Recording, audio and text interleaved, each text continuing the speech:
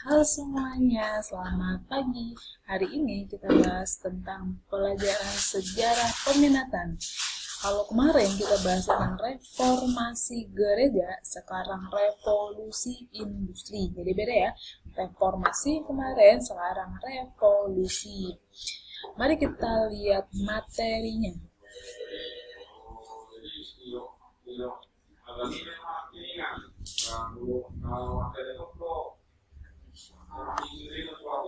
Revolusi industri. Pengertian dari revolusi industri adalah di revolusi industri Inggris tidak hanya mengumpulkan inovasi teknologi dalam industri, melainkan juga menyentuh dalam perubahan organisasional yang lebih luas dalam bidang pertanian, keuangan, dan perdagangan saham dan lain-lain gitu ya. Jadi bisa dikatakan di situ ya, revolusi industri itu terjadi di Inggris, pertama kali di Inggris. Bukan hanya masalah teknologi, tapi di berbagai bidang. Ada pertanian, keuangan, perdagangan, dan lain-lain. Seperti itu maksudnya ya. Selanjutnya, ini adalah peta persebaran sumber daya alam di Inggris. Jadi Inggris itu dia pelopor revolusi industri. Di sini bisa lihat ya peta persebarannya. Ini bisa dilihat ya. Ini berarti yang segitiga ini batu bara, ini iron, itu adalah biji besi, ini cotton wool ya, dan ini mesin gitu ya. Bisa dilihat di kursornya ya, tuh yang warna-warna di sini tersebar. Jadi di Inggris itu tersebar sumber daya alam yang tidak dapat diperbarui gitu ya. Selanjutnya, latar belakang revolusi industri gitu.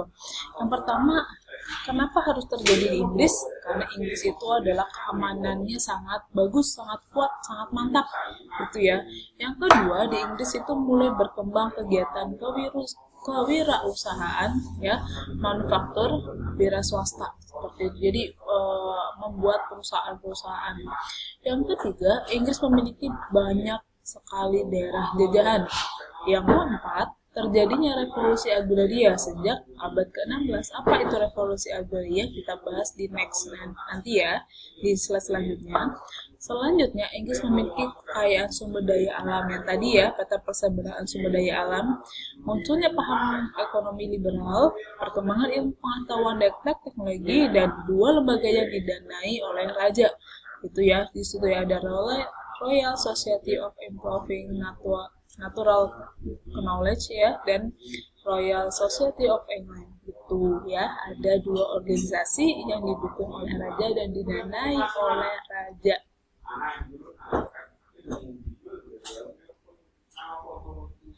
Revolusi agraria seperti yang disebutkan di depan ya tadi ya. Revolusi agraria itu adalah perubahan lahan pertanian menjadi perkebunan yang disebabkan oleh perkembangan kerajinan pakaian wool yang meningkatkan permintaan bulu domba. Revolusi agraria ini telah dijalankan sejak ke abad ke-16. Bisa dilihat di situ ya. Jadi ini dari dombanya diambil bulunya, terus dipisahkan, kemudian diatur. Nantinya bisa menjadi topi dan baju-baju seperti ini, sweater. Jadi kan memang musim dingin di Inggris kan sangat ekstrim juga ya. Terus kemudian ini adalah lembaga yang didanai oleh raja. Lembaga ini ya didirikan pada 1660. Tujuannya adalah memajukan ilmu pengetahuan. Organisasi ini mendapat piagam dukungan dari Raja Charles II. Tadi yang didanai oleh raja ya, jadi Raja Charles II pada 1662. Anggota disyaratkan memiliki kewarganegaraan salah satu anggota negara persemakmuran atau Republik Irlandia. Warga negara non-persemakmuran atau Republik Irlandia dapat menjadi anggota asing. Tahap-tahap perkembangan revolusi industri berawal dari domestic system. Di sini bisa lihat ya. Dari bawah dulu ya lihatnya ya. Dari domestic system, kemudian berkembang menjadi industri manufaktur, yang terakhir menjadi factory system. Ini ya. Apa itu domestic system? Domestic system itu adalah tahap kerajinan rumah atau home industry. Sekarang ini kan banyak sekali ya model domestic system. Para pekerja itu bekerja di rumah masing-masing dengan alat yang mereka miliki sendiri. Contohnya, kalau di Indonesia terdapat usaha kerupuk rumahan yang dikelola oleh anggota keluarga sendiri, tuh ya.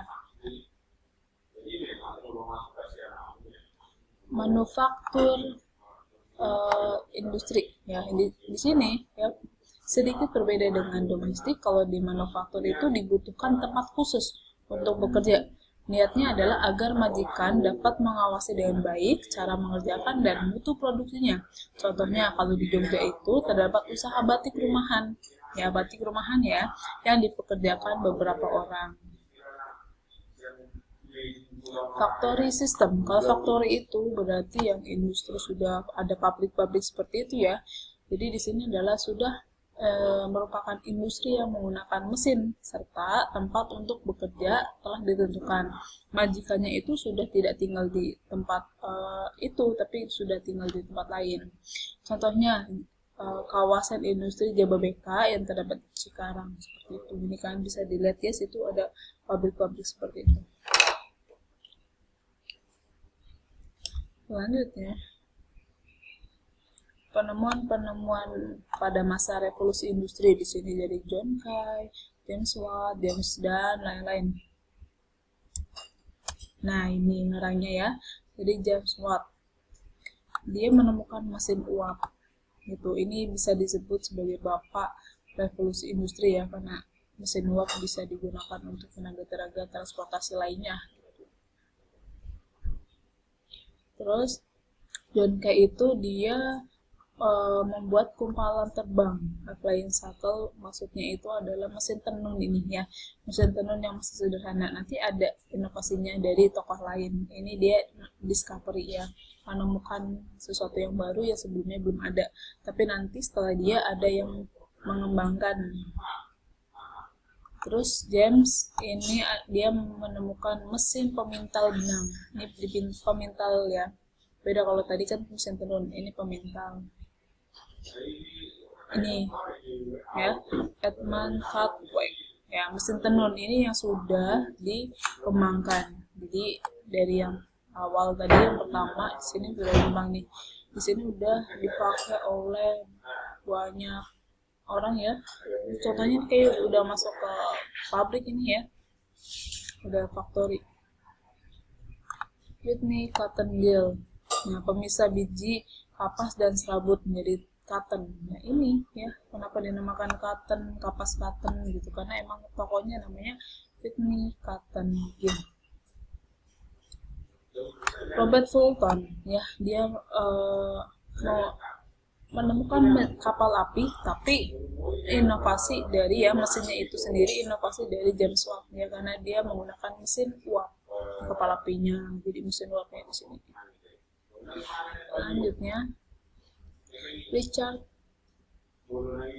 dia menemukan kereta api. Ini kereta apinya masih sangat sederhana ya, bisa dilihat di situ ya. Ini Richard nih. Nah, selanjutnya ada Samuel Morse ya, dia menemukan telegraf. Selanjutnya ada Alexander Graham Bell, dia menemukan pesawat telepon. Nih berarti telepon yang masih sederhana seperti ini ya, orang mendengarkan oh iya kayak itu ya, kayak mainan itu ya menggunakan kaleng ya, tapi ini sumbernya ada di sini nih mesinnya gitu. Daimler itu dia menemukan mobil, jadi mobil yang sederhana sekali itu seperti becak ya, tapi hanya saja udah ada mesinnya ini depan nih mesinnya.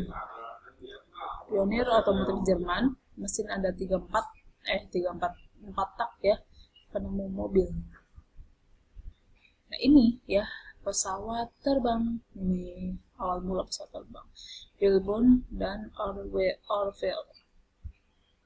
Nah, ini adalah yang terpenting, mencatat hal-hal dari yang sudah tadi saya jelaskan, seperti itu. Jika ada pertanyaan, nanti kalian bisa tanyakan ke saya. Langsung chat aja, Ibu maksudnya apa ini. Oke? Terima kasih semuanya. Selamat pagi. Walaupun siang berarti masih tetap semangat pagi. Selamat siang. Selamat pagi.